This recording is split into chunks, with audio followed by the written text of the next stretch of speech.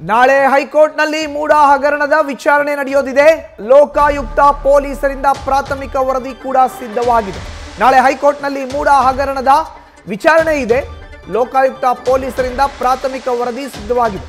ಐಜಿಪಿಗೆ ವರದಿಯನ್ನು ಸಲ್ಲಿಸಿದ್ದಾರೆ ಲೋಕಾಯುಕ್ತ ಎಸ್ಪಿ.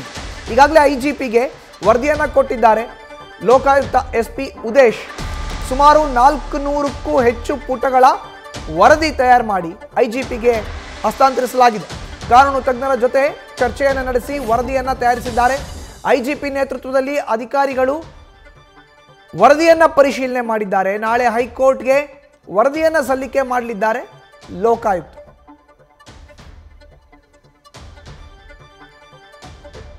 ನಾಲ್ಕುನೂರಕ್ಕೂ ಹೆಚ್ಚು ಪುಟಗಳ ವರದಿ ಇದು ಐಜಿಪಿಗೆ ಸಬ್ಮಿಟ್ ಮಾಡಲಾಗಿದೆ, ಸಲ್ಲಿಸಲಾಗಿದೆ. ಲೋಕಾಯುಕ್ತ ಎಸ್ಪಿ ಉದೇಶ್ ಅವರು ಕೊಟ್ಟಿದ್ದಾರೆ. 400ಕ್ಕೂ ಹೆಚ್ಚು ಪುಟಗಳ ವರದಿಯನ್ನು ತಯಾರಿಸಿ ಕಾನೂನು ತಜ್ಞರ ಜೊತೆ ಚರ್ಚೆಯನ್ನು ಮಾಡಿದ್ದಾರೆ.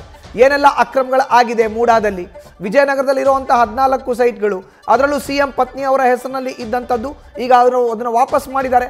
ಅದು ಆದ ಬಳಿಕ ಏನೇನಾಗಿದೆ, ಹಿಂದಿನ ಆಯುಕ್ತರಾಗಿರುವಂಥ ನಟೇಶ್ ಹಾಗೂ ಪಾಲಯ್ಯ ಅವರ ಹೇಳಿಕೆಗಳನ್ನು ಕೂಡ ವರದಿಯಲ್ಲಿ ಉಲ್ಲೇಖ ಮಾಡಿ ಒಂದು ವರದಿಯನ್ನು ತಯಾರಿಸಿ ಅದರಲ್ಲೂ 400ಕ್ಕೂ ಹೆಚ್ಚು ಪುಟಗಳ ವರದಿಯನ್ನು ಸಿದ್ಧಪಡಿಸಿ ಅದನ್ನು ಐಜಿಪಿಗೆ ಕೊಟ್ಟಿದ್ದಾರೆ.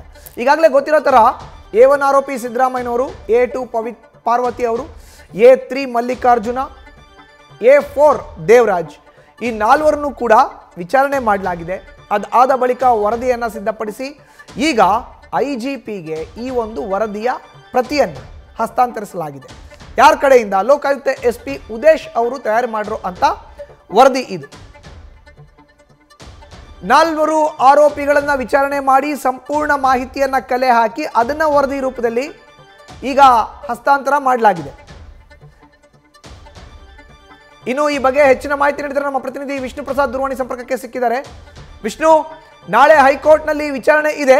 ಅದಕ್ಕಿಂತ ಮುಂಚೆ ಈಗಾಗಲೇ ಲೋಕಾಯುಕ್ತ ಎಸ್ಪಿ ಉದೇಶ್ ಅವರು ಐಜಿಪಿಗೆ ವರದಿಯನ್ನು ಕೊಟ್ಟಿರುವಂಥದ್ದು. ವಿಷ್ಣು, ಖಂಡಿತ ಮಧುಸೂದನ್, ಈ ಒಂದು ಪ್ರಕರಣಕ್ಕೆ ಸಂಬಂಧಪಟ್ಟಂತೆ ಈಗಾಗಲೇ ಹೈಕೋರ್ಟ್ನಲ್ಲಿ 2 ಅರ್ಜಿಗಳು ಬಾಕಿ ಇರುವಂತದ್ದು. ಮೊದಲನೇದಾಗಿ ಸಿಎಂ ಸಿದ್ದರಾಮಯ್ಯ ಅವರು ಸಲ್ಲಿಸಿರುವಂತಹ ಅಂದ್ರೆ ಈಗಾಗಲೇ ಲೋಕಾಯುಕ್ತ ತನಿಖೆಗೆ ಇರ್ಬೋದು, ಮತ್ತೆ ಗವರ್ನರ್ ಕೊಟ್ಟಂತಹ ಅನುಮತಿಯನ್ನ ರದ್ದು ಮಾಡಬೇಕು ಅಂತ ಕೋರುವಂತಹ ಅರ್ಜಿ ಒಂದ್ ಕಡೆ ಇದ್ರೆ, ಇನ್ನೊಂದು ಕಡೆ ಈ ಒಂದು ಪ್ರಕರಣಕ್ಕೆ ಸಂಬಂಧಪಟ್ಟಂತೆ ಲೋಕಾಯುಕ್ತ ಅಧಿಕಾರಿಗಳು ತನಿಖೆಯನ್ನು ಮುಂದುವರಿಸಿದ್ದು ಆ ತನಿಖೆಯ ವರದಿಯನ್ನ ಕೊಡೋದಕ್ಕೆ ಈಗ ಮುಂದಾಗ್ತಿರುವಂತದ್ದು. ಅಂದ್ರೆ ಆ ಪ್ರಕರಣದಲ್ಲಿ ಈಗಾಗಲೇ ತನಿಖೆ ಮುಕ್ತಾಯ ಆಗಿದೆ. ಎಸ್ಐಟಿ ಸಂಪೂರ್ಣವಾಗಿ ತನಿಖೆ ನಡೆಸಿದೆ. ಲೋಕಾಯುಕ್ತ ಅಧಿಕಾರಿಗಳು ಸಂಬಂಧಪಟ್ಟಂತೆ ಎಲ್ಲರ ಹೇಳಿಕೆಯನ್ನು ದಾಖಲೆ ಮಾಡಲಾಗಿದೆ.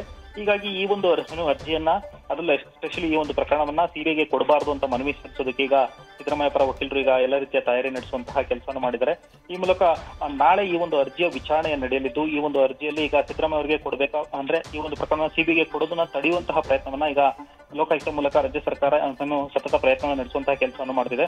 ಒಂದು ವೇಳೆ ಸಿಬಿಐಗೆ ಕೊಟ್ಟಂತಹ ಸಂದರ್ಭದಲ್ಲಿ ಮುಂದಿನ ದಿನಗಳಲ್ಲಿ ಕಾನೂನಿನ ಬೇರೆ ಬೇರೆ ರೀತಿಯ ಕಾನ್ಸಿಕ್ವೆನ್ಸ್ ಎದುರಾಗುವಂತಹ ಸಾಧ್ಯತೆ ಇದೆ. ಹೀಗಾಗಿ ಕೆಲವೊಂದು ಕಡೆ ಇಡೀ ಪ್ರಕರಣದ ಲೋಕಾಯುಕ್ತ ತನಿಖೆ ಸಂಪೂರ್ಣವಾಗಿ ಮುಕ್ತಾಯ ಆಗಿದ್ದು, ಲೋಕಾಯುಕ್ತ ತನಿಖೆ ಆಗಿರುವಂತಹ ಹಿನ್ನೆಲೆಯಲ್ಲಿ ಇದನ್ನ ಪುನಃ ಸಿಬಿಐ ಮಾಡುವ ಅವಶ್ಯಕತೆ ಇಲ್ಲ ಅನ್ನುವಂತಹ ಸ್ಟ್ಯಾಂಡ್ ಅನ್ನು ತೆಗೆದುಕೊಳ್ಳಕ್ಕೆ ರಾಜ್ಯ ಸರ್ಕಾರ ಮುಂದಾಗಿದ್ದು, ಇದು ಈಗ ನಾಳೆ ಅರ್ಜಿ ವಿಚಾರಣೆ ನಡೆಯಲಿದ್ದು, ಅದಕ್ಕೆ ಮುಂಚೆನೆ ಈಗ ಐಜಿಪಿ ನೇತೃತ್ವದ ಈಗ ತನಿಖಾ ವರದಿಯನ್ನ ಪರಿಶೀಲನೆ ಮಾಡಿ ಈಗ ತನಿಖೆ ಮಾಡೋದಕ್ಕೆ ಮುಂದಾಗಿದೆ.